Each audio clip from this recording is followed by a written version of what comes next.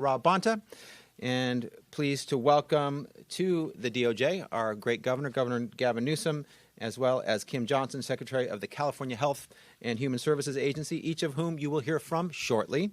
I'm going to kick it off here today to announce California's latest lawsuit against the federal government, and specifically the U.S. Department of Agriculture, also known as USDA, and Secretary Brooke Rollins. Using the current federal shutdown as a scapegoat, USDA has unlawfully suspended funds for the Supplemental Nutrition Assistance Program, SNAP, for the first time in the program's history, informing state agencies that the federal government will withhold all November benefit payments. Trump and Rollins are cutting off benefits for more than 41 million Americans. 41 million Americans, red states and blue states, folks who rely on SNAP to put food on the table, even though there are billions of dollars in contingency funds and other funds that could be used to provide SNAP benefits during the shutdown. They are doing this on purpose. It is deliberate. It is intentional. They have the funds. They're just not using them.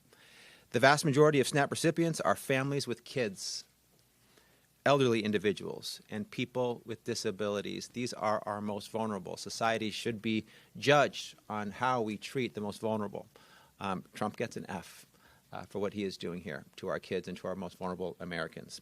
Here in California, our SNAP program, CalFresh, supports 5.5 million Californians every month, including 1.9 million children. All of them are counting on this program. They're counting on their government to follow through on its promise and to provide the support that they need. In abruptly suspending SNAP, Trump and Rollins have broken the law. They have forced states to scramble to try and clean up the federal government's mess.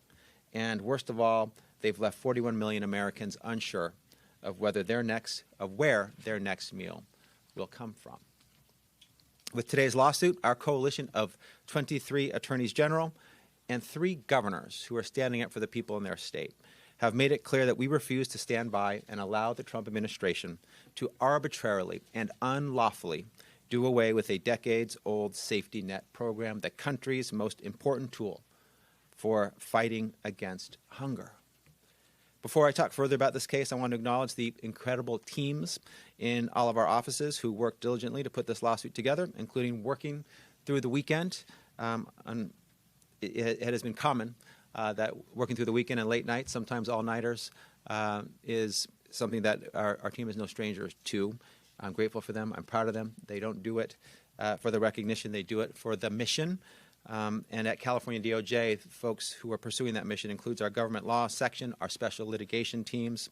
We wouldn't be able to serve our respective states without these incredible public servants. I'm grateful to be one of their colleagues and to lead our department. Which brings me back to this lawsuit and the unlawful suspension of SNAP benefits. I want to first back up a bit to explain the timeline here.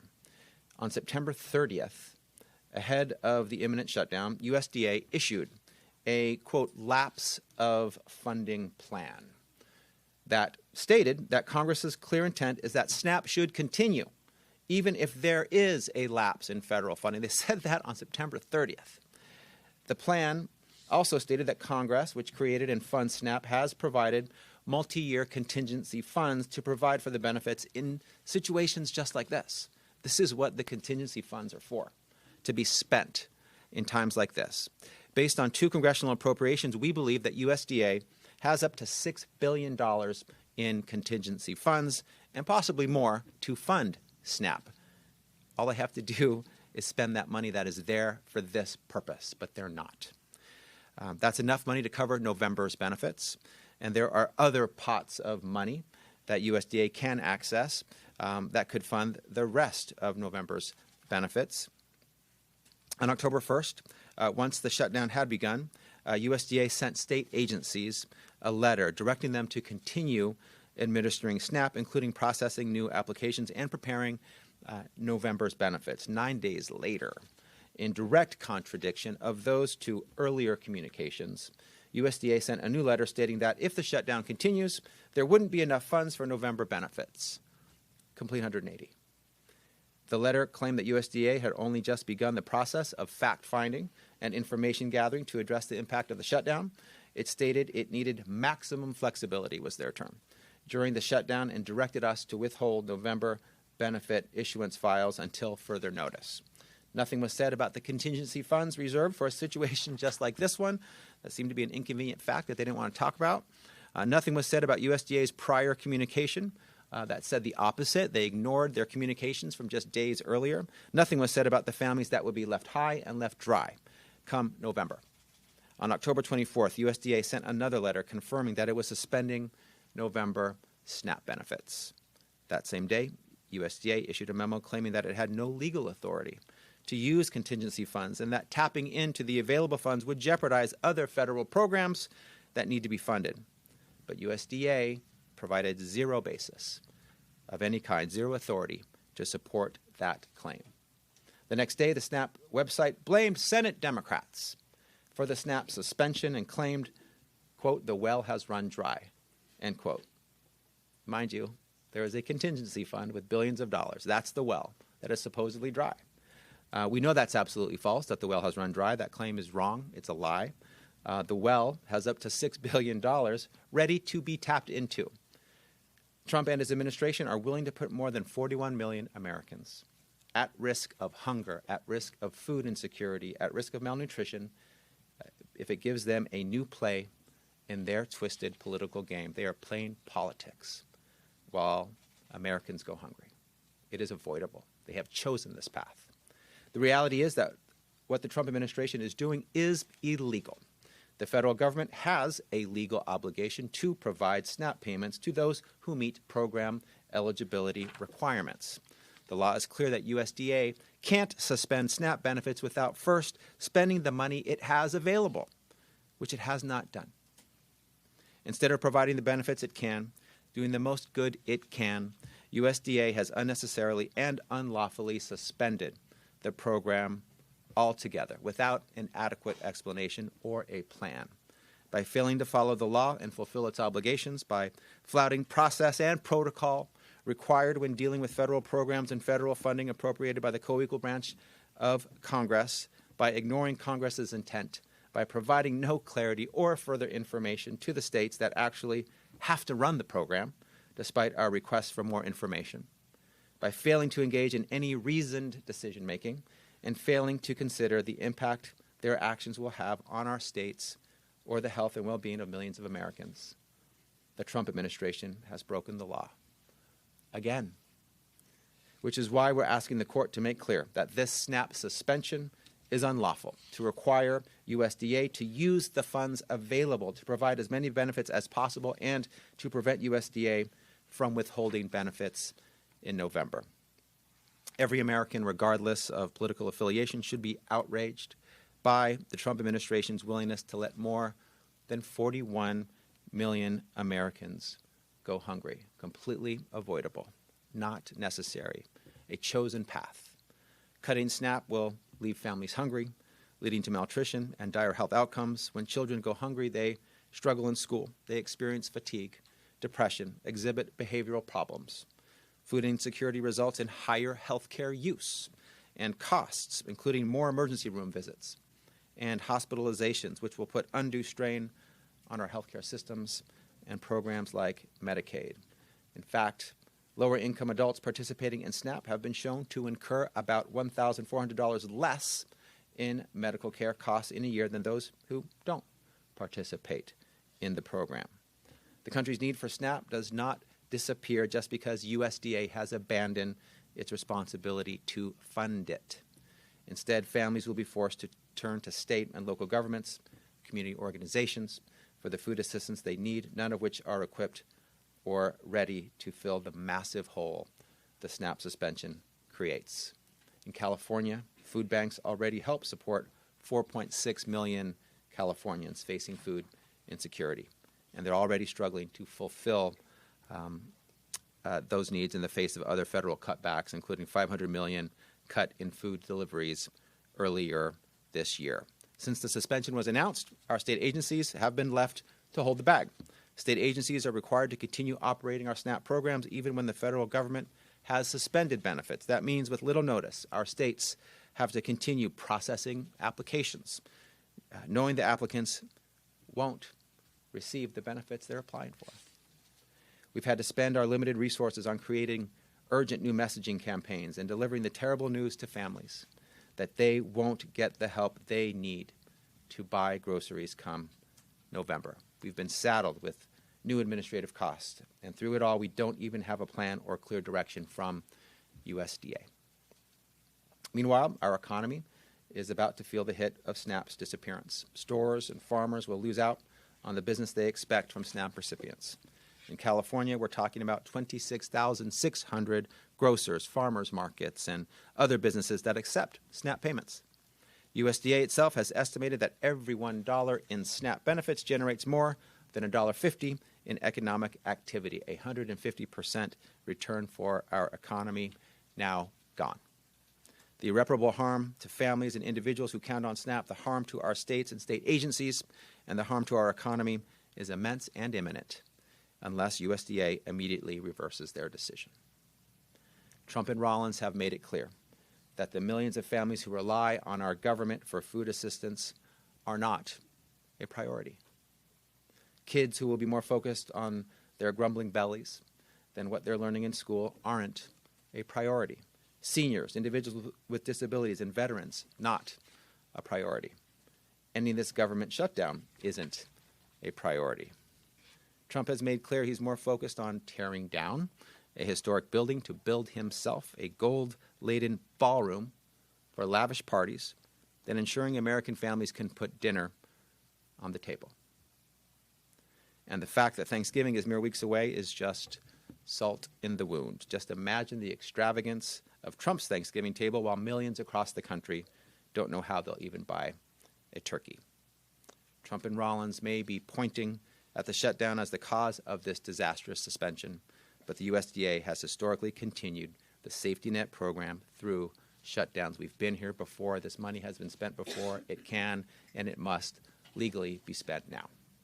As recently as 2021, the USDA and the Office of Management and Budget made clear that Congress intends for SNAP benefits to continue despite lapses in appropriations, and the USDA should use contingency reserves in that case. During the 2019 government shutdown, USDA acknowledged that contingency funds could be used to continue SNAP benefits. There's neither any legal basis or precedent for USDA's decision to suspend SNAP and desert more than 41 million Americans. It's untenable to think that the administration would stoop as low as letting people go hungry to try to win some political upper hand so they can bludgeon Democrats with it. It's time for the president and his administration to actually serve the people of this country and abide by the laws they swore to uphold. It's deeply disconcerting that 40 weeks into this presidency, California has already had to file 45 lawsuits against Trump and his administration, more than one a week. But that's the reality we're in.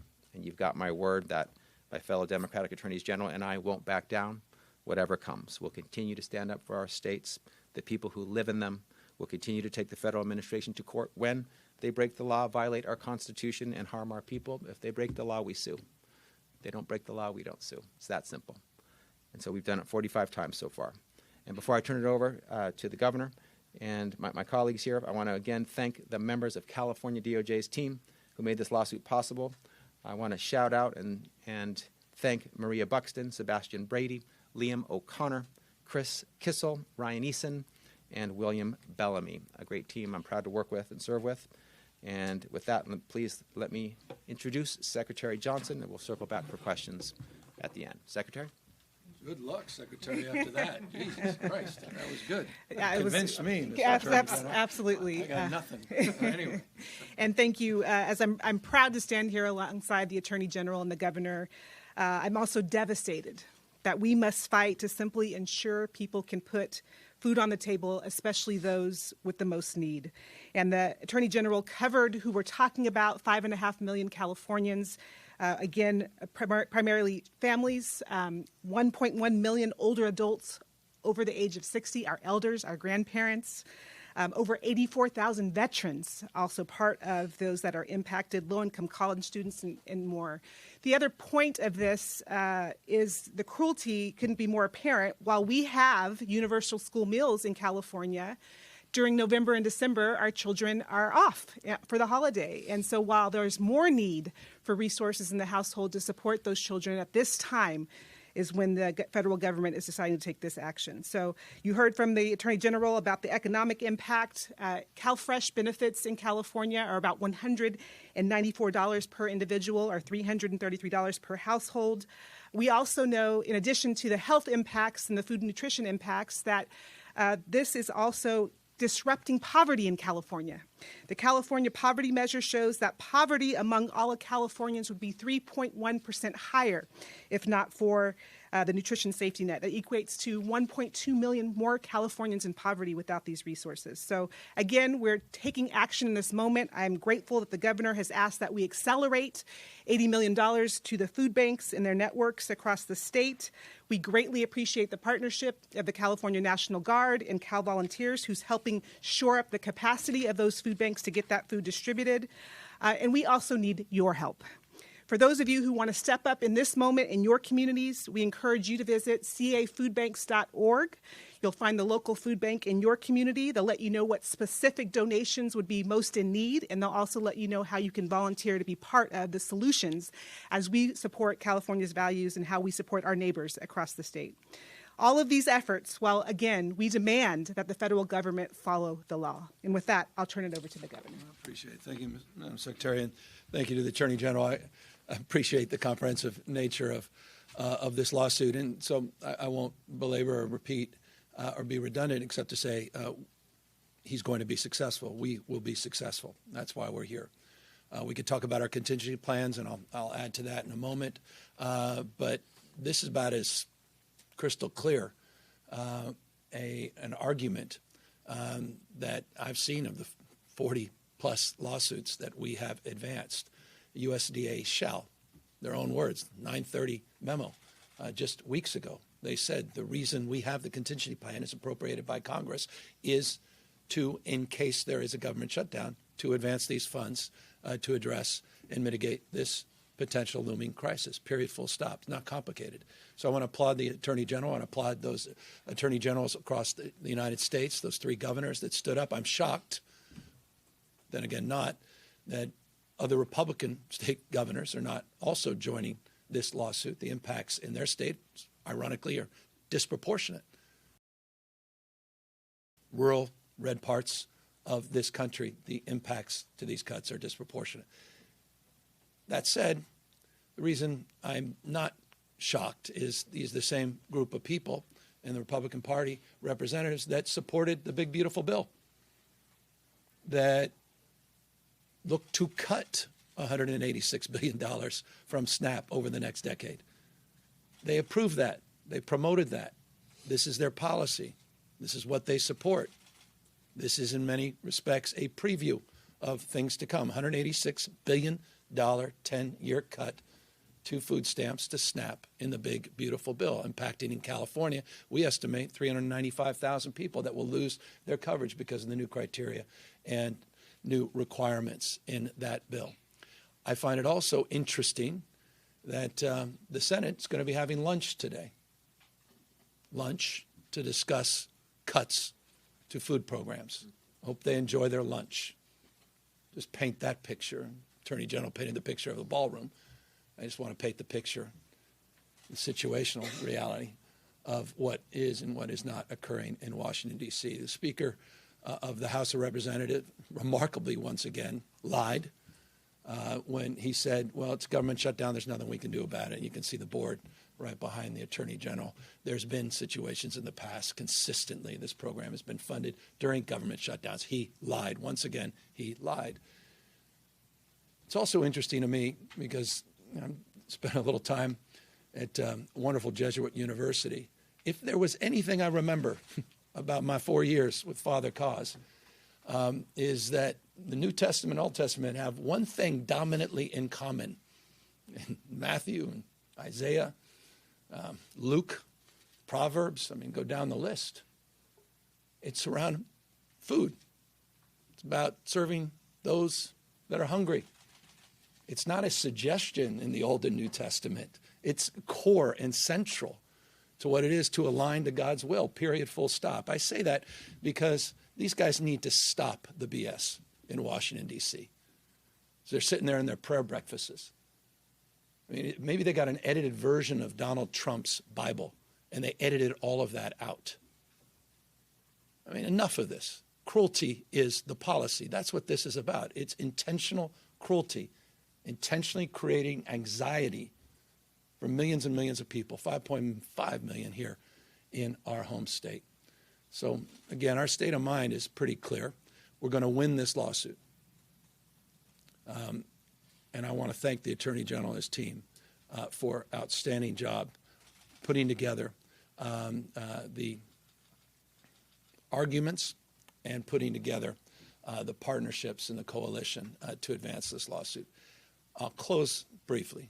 In the absence of that success, California has fast-tracked the distribution of $80 million to the 50 food banks, the spoke and hub wheel that we have, this system networks that support about 2,500 pantries across the state. We fast-tracked the distribution of $80 million. Just last week, we had 397 members of Cal Volunteers that were sent out to support food banks across the state of California. Hundreds more will be deployed as needed. And we also called up the National Guard, 35 National Guard men and women. And I hope you saw some videos and some photos. Proud to be there. Proud to be the good guys. Proud to not, to separate themselves from their other assignments. Proud to be back at the food banks where they were during COVID, distributing over 800 million meals during COVID, providing logistics and support for our volunteers in our food banks. We have a cohort of about 150 that are available as requested. We're not forcing the Guard on anyone, as requested. They were requested in Los Angeles, and we hope others will consider the same throughout the state of California. In the absence of that, again, we'll continue to support our volunteers through Cal Volunteers and individuals that want to volunteer food banks. Final thing. This is a holiday season. This is when food banks are already busy. This is when there's already a lot of pressure and anxiety. And anyone that's bought coffee, you understand prices are through the roof, record-breaking prices. Right? Inflation's out of control once again in this country. Ask any of us that bought a pound of beef. Many of you are buying Halloween candy. It's up 10.8%. Just since this administration took the oath of office. President, so desperate, he's overseas trying to clean up his mess. He's telling people to buy today foreign cars, which is extraordinary, and foreign beef. He's found $20 billion, didn't he? Found $20 billion to send to wannabe dictator in Argentina. Now he wants to buy beef from Argentina.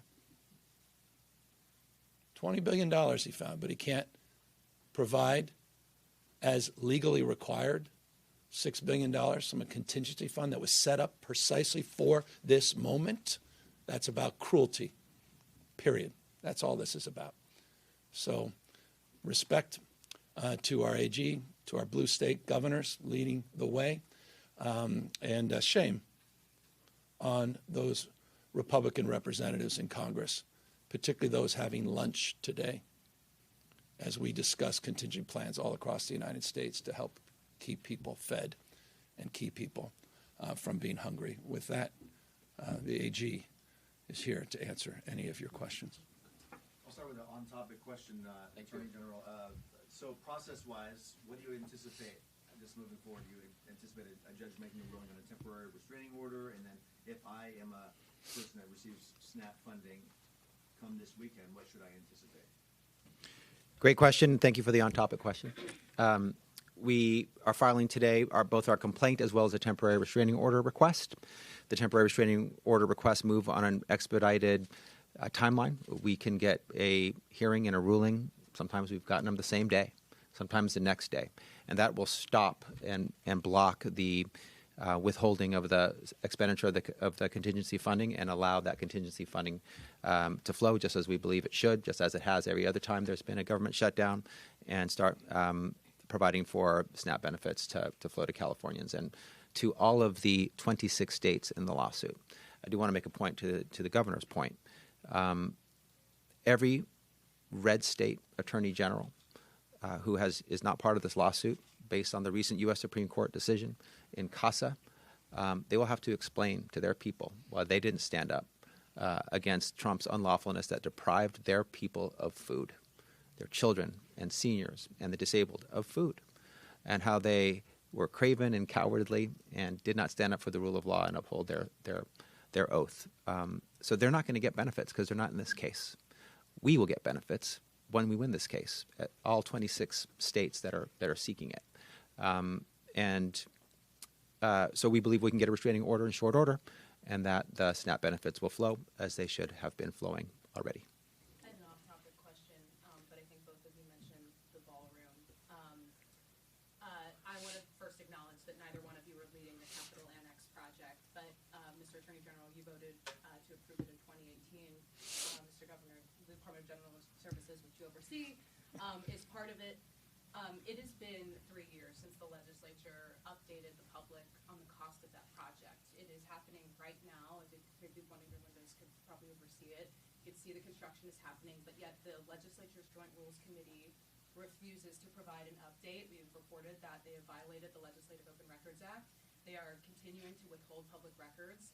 I have asked for an interview for more than a year now, and no one will provide an update. I mean, is that appropriate on one of the most expensive buildings in the United States at this point? You're my attorney. And I will say, By the way, I don't think it's appropriate. They should provide you the information, period, full stop. But for you to conflate or compare and contrast is, with all due respect, I think that I would separate the ballroom and what Donald Trump just did and desecration and the process and that he evolved and the fact that he secured $300 million under curious circumstances from the annex and what the legislature is trying to do. And I'm not trying to defend those actions, but absolutely they should provide. The two. I'm No, just but saying that you mentioned just balancing. There's construction happening in that capital and our capital, and so that's why I'm asking. Yeah, very. Is that appropriate, though? I mean, truly, for the public to not know how much They should that know. building That's costs? what I said. You should get that information. Well, I agree it's inappropriate. By the way, I didn't know they were not talking to you. I apologize that members of the legislature are not talking to you. They're on recess. I'll check in with them. Let me know. I'm happy to help you try to get access to members of the California legislature with respect, not my branch of government, but I'm happy because as a taxpayer, I'd like to know as well. I appreciate the question you asked, and I think it would be appropriate to provide that information, and you should have access to it. It's the public's building. You absolutely deserve that. So yes, it's inappropriate. Yes, you deserve that information, and yes, we're happy to help you. I appreciate that. Thank you. Okay. I have a question about the open AI news from today, just for both of you, Mr. Governor and Mr. Attorney General. How engaged have either or both of you been with OpenAI? Mr. Governor, I know that like a lot of your allies have been hired by OpenAI now that they are transitioning to a for-profit model. I'd like to hear about that from you. And also, Mr. Attorney General, have you gotten any kind of deal or agreement from them on children's safety, which is at risk? Like, how will the state continue to oversee this?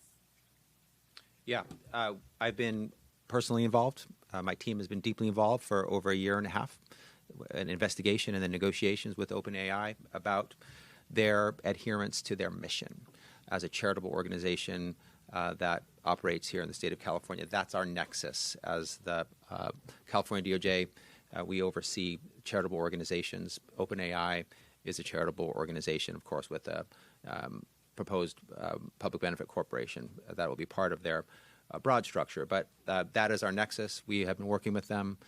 We entered into an MOU late last night with them that had major concessions on their part, in our view, that help them adhere to their mission going forward, ensure safety, including the safety of children going forward. That's part of their broader mission. Their mission is to have AI for the benefit of all humanity.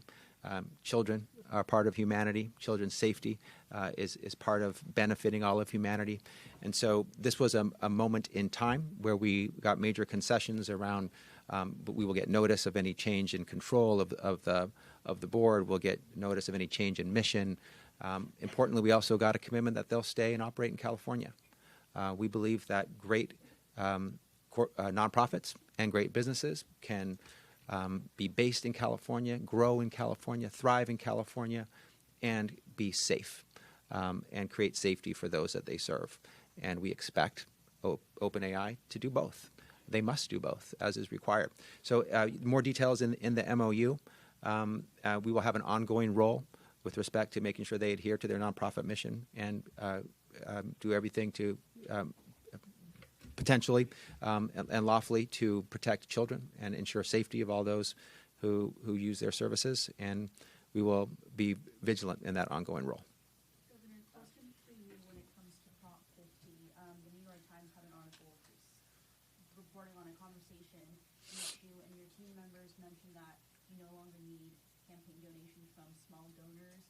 Can you kind of expand on the confidence that exudes about the election? Well, I know I did I don't know about any reporting about those Zoom conversations, but at a very public interaction with that donor base, because I did a video saying, please stop sending money. 1.2 million contributors, or contributions rather, have been received. $38 million in small dollar. It just blew past our expectation.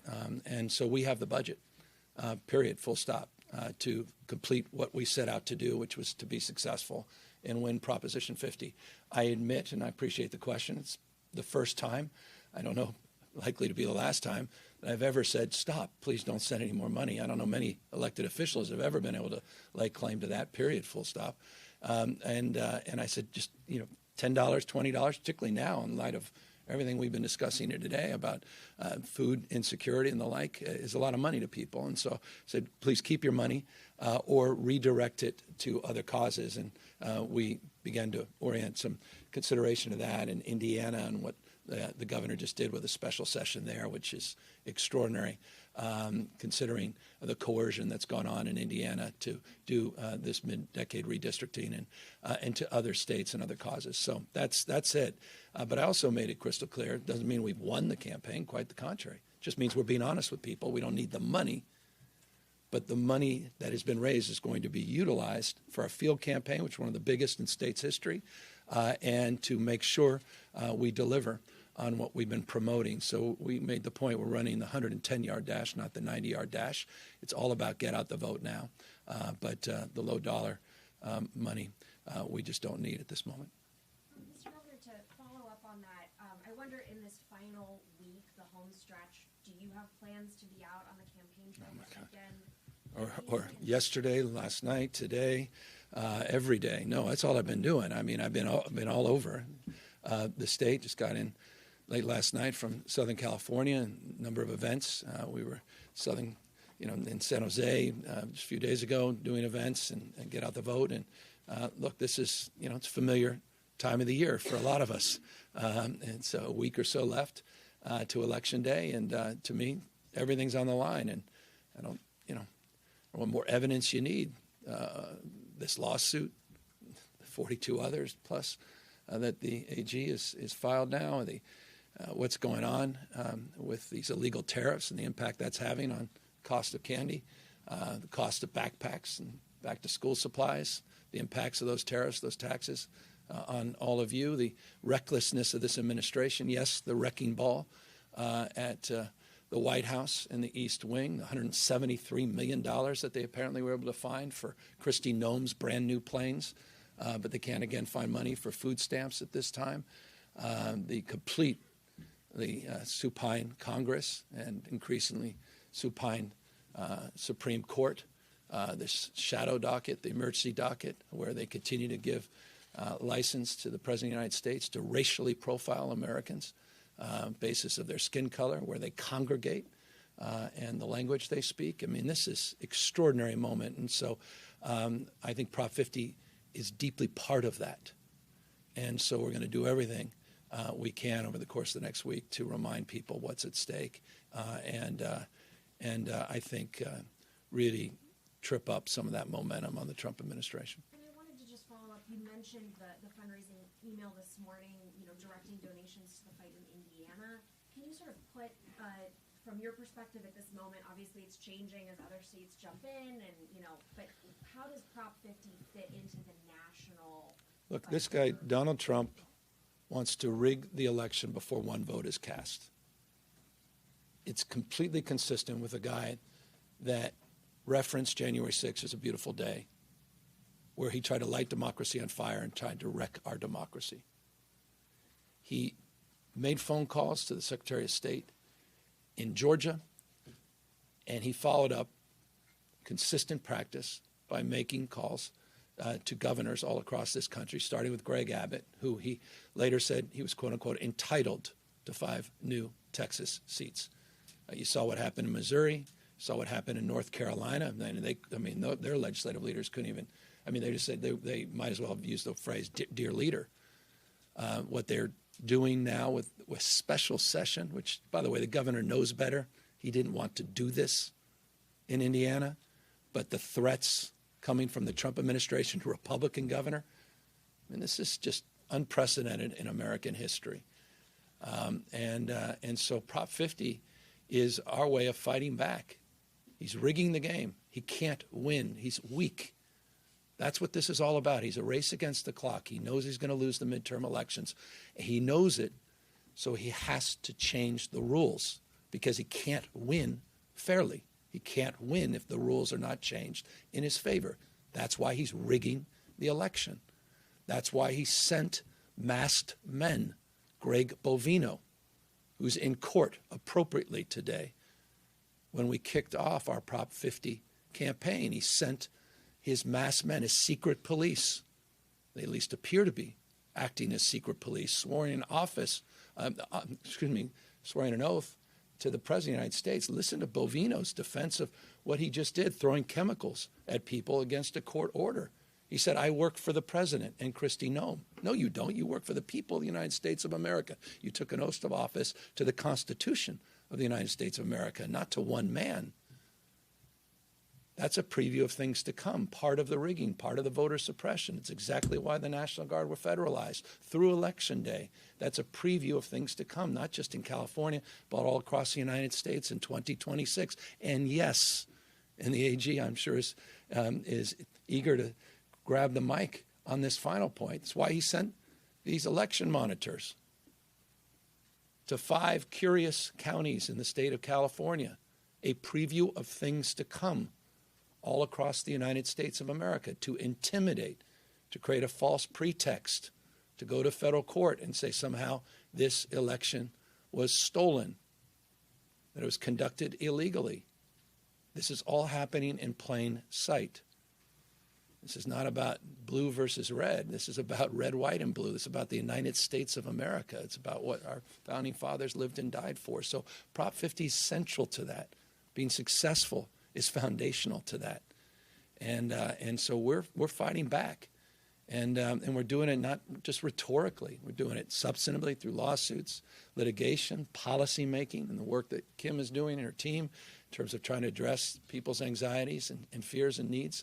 And we're doing it substantively, the people of this state. And I think they're going to send a very powerful message to the rest of the country that there has to be a new approach to dealing with Trump and Trumpism, that what we've done in the past has not been working. He did not expect that we would go to the ballot. I think the best he expected is I would submit an op-ed and pray that maybe one of the major newspapers would pick it up. They didn't expect this. And the fact is, 1.2 million contributors, millions of people stepped up to this from all 50 states. That's why it's Prop 50. It's about the United States of America, not just the state of California. They didn't expect people to stand up like that. They didn't expect 7 million people to peacefully protest at the No Kings rally. People are waking up and pushing back. And again, applaud the AG for doing just that here today. Mr. Governor, back to the SNAP issue, I think it's a cudgel by the Trump administration in this showdown with Democrats. And do you have any thoughts on how the Democrats should proceed? And I also have a follow-up. Josh Hawley is trying to restore SNAP benefits. How serious is that? I applaud anyone that wants to restore sanity and restore benefits for those in need. So I appreciate that effort to the extent that it's a sincere effort, not a tactical effort.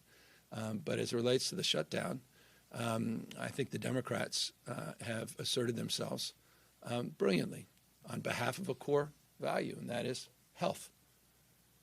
They're unified, they've highlighted an issue that transcends, that connects all of us together. And these extraordinary and exorbitant increases to healthcare costs that are going into effect at the same time they're cutting food stamps and benefits. Again, I'll connect back to the big, beautiful bill. There's an origin story here. It connects a thread. The largest cuts to Medicaid in American history were supported by Josh Hawley and the Republicans.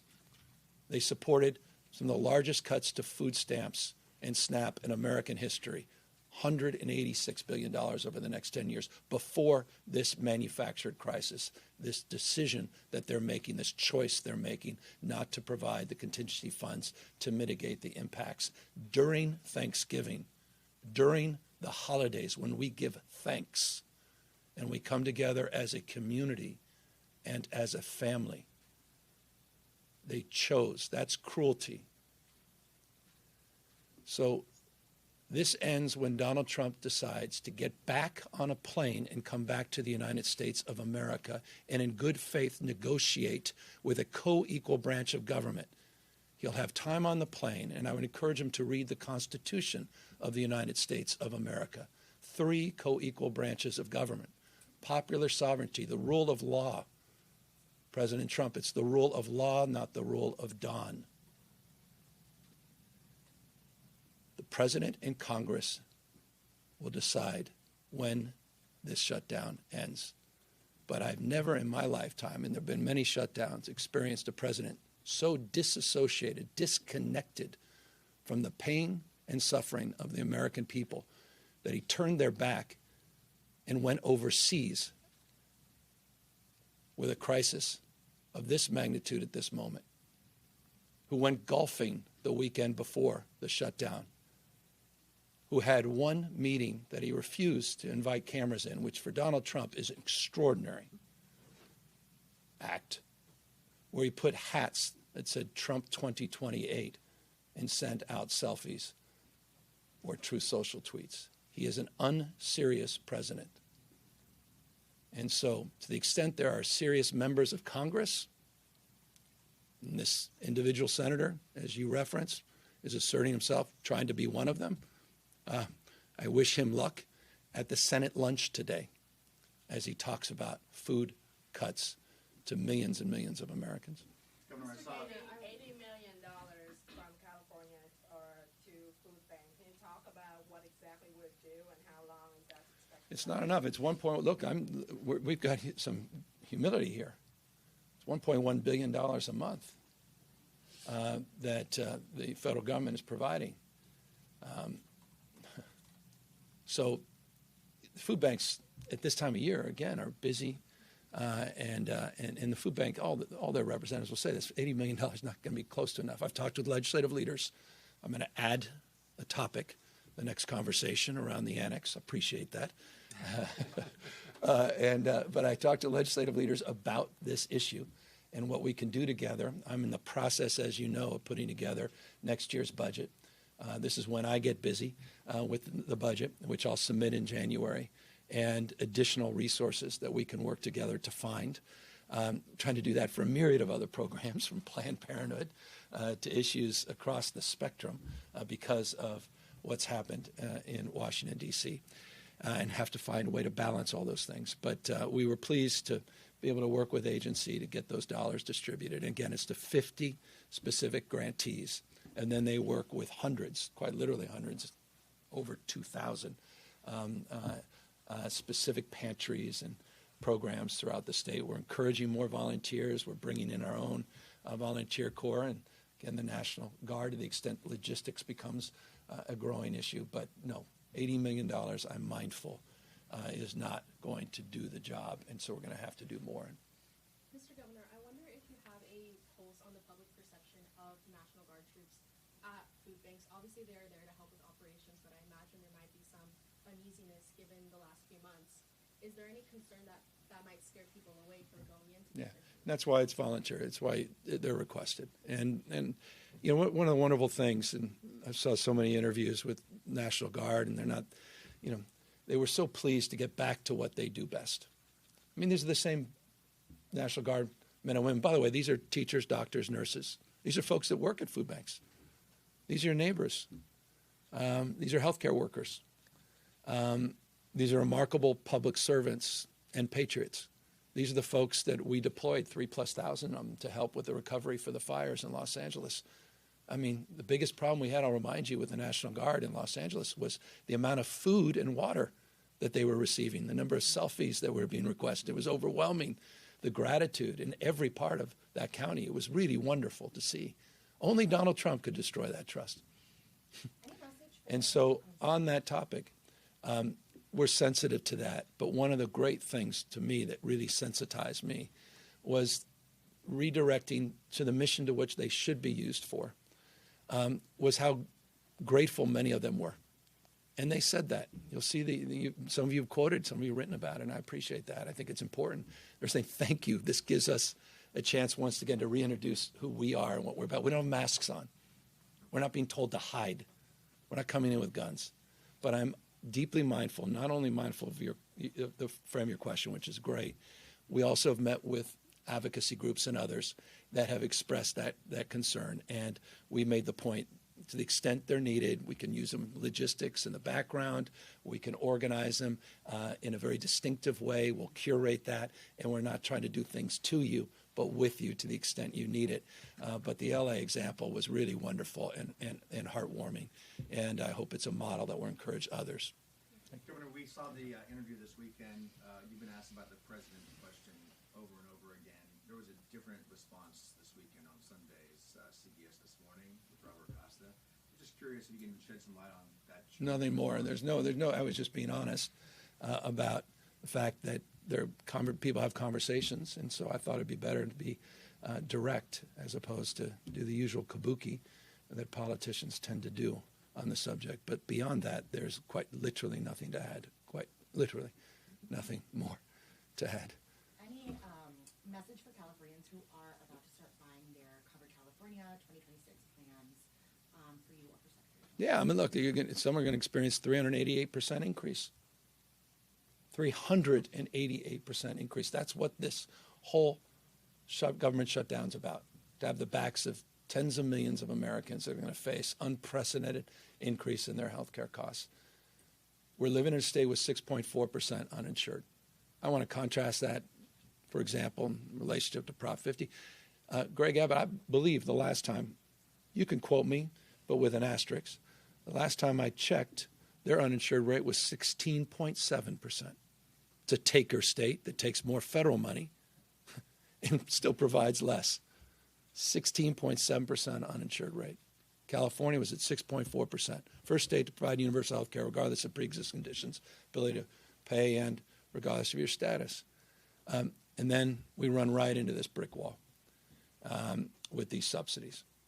And the impacts are outsized for the state of California because of the number of people that rely, disproportionate number in our state that rely on these subsidies. So you saw, and we've put out charts on the Bronze Plan at Blue Shield and others. I mean, these are jaw-dropping increases, and those notices are going to go out. They went out, and we were pretty candid about it. Congress and the president have not been able to agree, and as a consequence, the premium increases are going to skyrocket. And so we're doing all we can to continue to support our leaders in Congress, House and Senate, to hold the line on behalf of Californians and the American people to support those subsidies. Not only support them in the short run, but support extending those subsidies beyond November of 2026.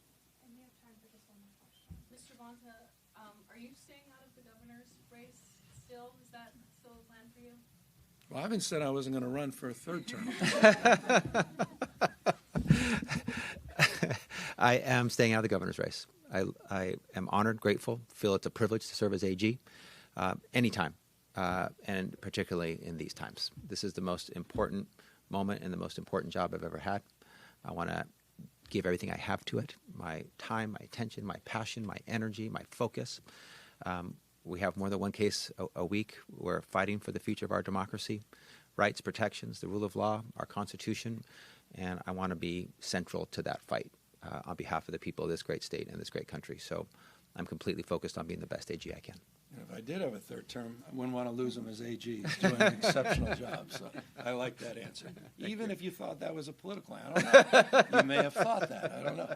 Thank you, guys.